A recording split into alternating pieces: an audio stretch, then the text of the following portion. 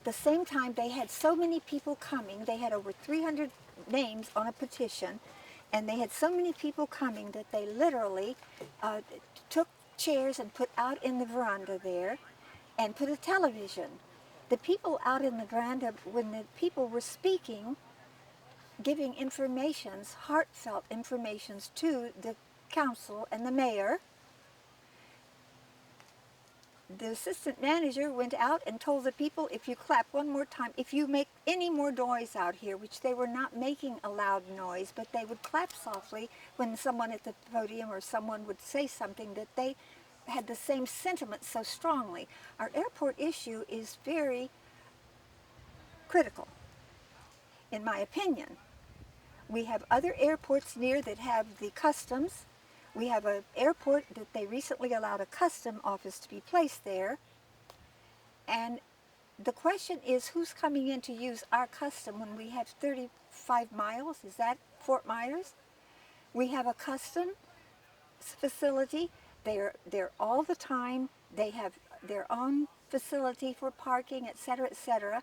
We have $1 a year are paid for the use of this land that is our airport.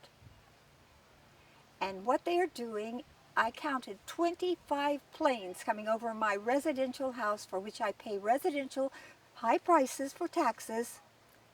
Here, 25 one day I counted, coming over my property.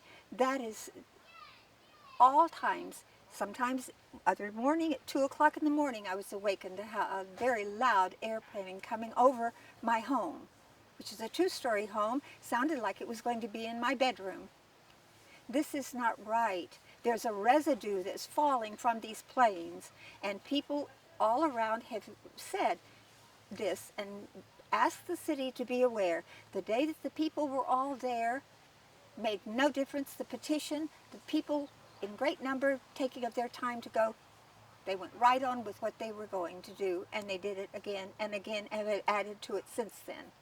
And that is one of the things that has really bothered you over the years, isn't it? And the last few mayors who have been in the city of Naples, what has it been like with them controlling the regular citizens that have come in and tried to talk? Well, I have made the effort as a person who cared for the town and the people in the town. I have made the effort to go and sit in the meetings as long as they sit there. I go in when they do, and I come out when they do. That's a long day. I have no perks. I have no pay. I'm not in business that I would have something that I would be gaining by that. I'm a citizen who loved my town, and I do not care for the manner in which it is being changed, avidly being changed. Right now, as we're talking, it is incredible, the things that are sitting waiting to jump out at us. They are not things to make enhancement for people living in the city permanently here. The people who come in the winter, they have things arranged for them. They have things arranged sometimes that even do not complement the businesses that are here trying to hold on to a store they have, or a restaurant, or whatever. They are paying the taxes. They are like citizens. They have all the responsibilities, all of the overhead of a. So then we go in to make it appear that we're really a tourist town.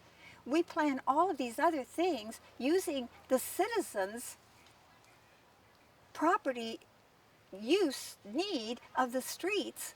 Sometimes for us to even get to our post office in our little area here is difficult because they are doing too many. They block off the streets on Fifth Avenue for the car shows, for all of these things.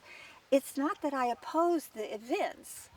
It's not correct in the places in which they are placing them always. Sometimes they're very disturbing to the flow of the people who are trying to live within the community, and against the small businesses that are trying to function within the business area. The thing that's very sad to me is that this town, and if you go in and look at all in the history, it will verify what I'm going to say to you. When this town began to be developed, it was a jewel, truly a jewel, because of the natural aspects of it, because of the the heart in the people, the mayor sitting in the chair, and the people who worked with him as his council, and also the citizenry. They would welcome participation of the citizens. Now, what I have seen in the span of my time here, and in the last couple of years, couple more than the last couple of mayors, has been even more radical. The change is faster, and it's more that of tourism, it's more that of development for a few, and it's more that of the people not having the opportunity to feel welcome to go before their council. They have limited the time. They have, at times, the mayors will say, well, that's enough of that discussion on that matter. On to agenda item 14. Well, maybe there's been not ample time for the discussion. They've used all what I would call trickery in how they deal with the people who go in. When people like me and others go in there, we're taking of our time. We are not having remuneration for the time we're there. We're there because of our heart thoughts for our town, not just for ourselves, but for the other people living in the town. I've had men in this town, when we would be discussing something of the city, a matter, cry. Our men don't cry easily.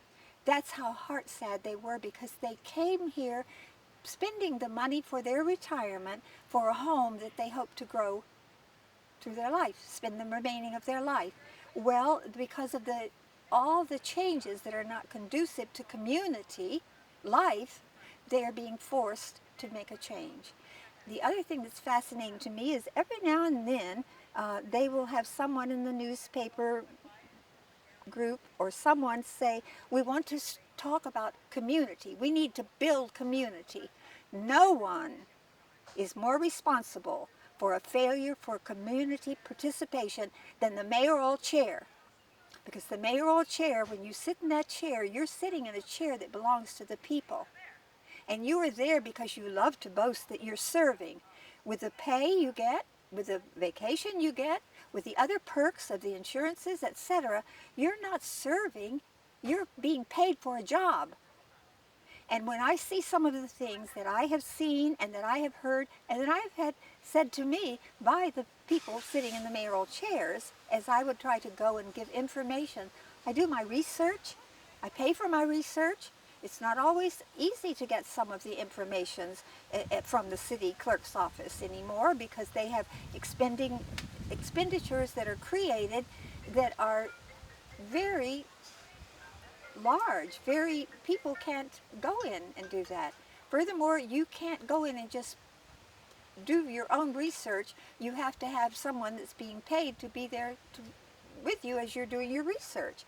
I understand the need to be secure with your files. That's not what we're talking about. We had securities with clerks for years and years, and you were allowed to go in and use the files, and you were allowed to be welcomed if you had some question.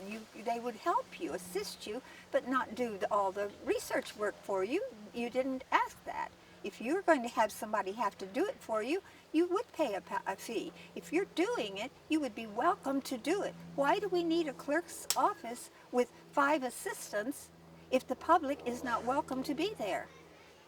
And if you don't believe that people do feel not welcome when they're going in to look at the minutes, some of the minutes now are not even done in a manner that they flesh out that you can go in to do research and find your pathway without having help, because they've made the minutes to be more brief. When you go and look at the older ones, you will see the change that's been made. That's a big matter. It's called the person's public right to have access to the records, the archives. You have to start putting the dots together of the things that are more frail and less advantageous for the public people who are paying, by the way, for all of that. We're paying for the people in the offices, we're paying for the people in the chairs, we're paying for the council, and especially for the mayoral, who's supposed to be the titular head of our community body of the council. Well, if you have a titular head who is not really encouraging to the people to be a voice for their town. And that's what we've had. Two of the mayors that are running at this time, I've watched them for years in different positions. One for a long time. He loves to say, Mrs. Smith and I go back a long time. We do. But I did not vote for these things that have been done to the change. We had a gemstone. In the entire state, there was not another. The only one that would have been a little bit close to that would have been Palm Beach in previous years. But they were more like a closed community because of the financial. People could come here, be a part of the community, and there are history writings that prove to you that it worked. What scares you most about continuing with one of these two mayors and the way it's been for the last, 20, 30 years? I believe with all of my heart that there is an interest and a powerful group who would like us to be another Miami. I believe that. And I see in the time that I have been here, I see such radical change that really could not be too far out for us. Why have we had so many people from Miami come and move to Naples? Because they love the feeling of nature. Why are we then putting up large structures, even on Fifth Avenue, large structures that are going to create a heat canyon?